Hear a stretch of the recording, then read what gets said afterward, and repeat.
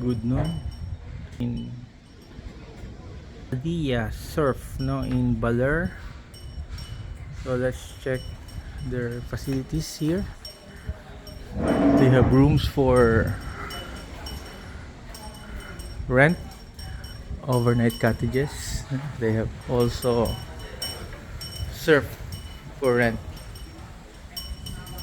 Okay. Magkano yung rent ng surf nyo? Diyan. So this area is facing dito. We just had lunch here, no? Very nice place, lunch area. So ito yung facilities nila na inside. Okay, so what is good about this area is this is facing Pacific, no? Pacific, o inaayos nila yung signage. They have also here infinity pool. Yan, oh.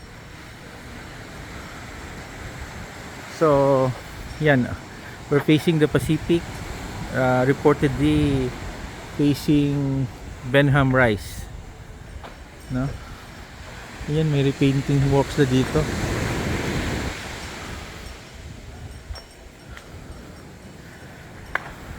Di ba Pacific na to? Pacific Ocean na to? Hindi ba inaabutan ng to? Inaabutan ng mga, for example, yung malakas na bagyo? Pumapasok yung tubig dito? Hindi. May time na pumapasok? Diyan umabot dito? Oh, di ba yung kung sobrang lakas na, no? Ayan, pwede pumapasok pa din kon dito. No? Kasi since this is facing the Pacific, no, according sa yung employee dito, no, na nagpipintura, yan, no. There are times na sa sobrang lakas ng siguro wave or typhoon. Imagine mataas na tong area na to, oh. Pumapasok pa daw yung mga to.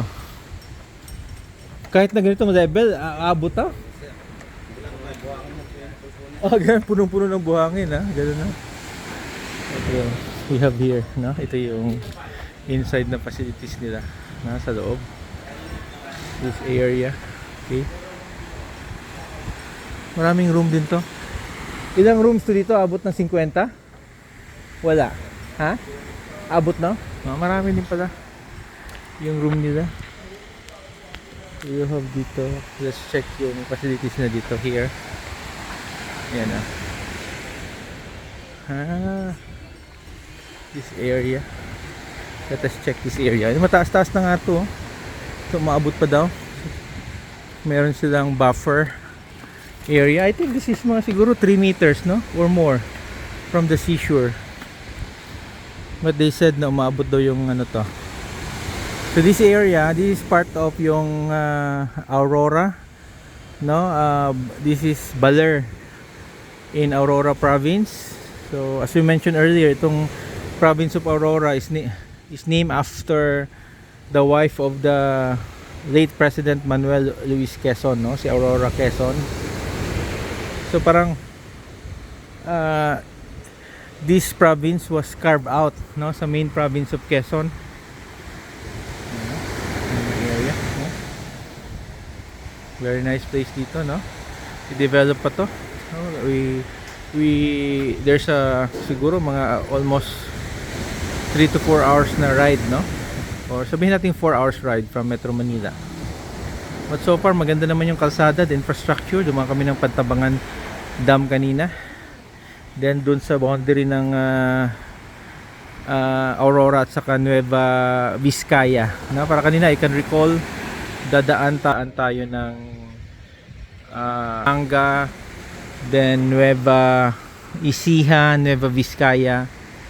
Then mamaya daw, no, after traveling along the coastline of Aurora, will be entering yung Quirino, then ending kami mamaya sa sa Isabela province.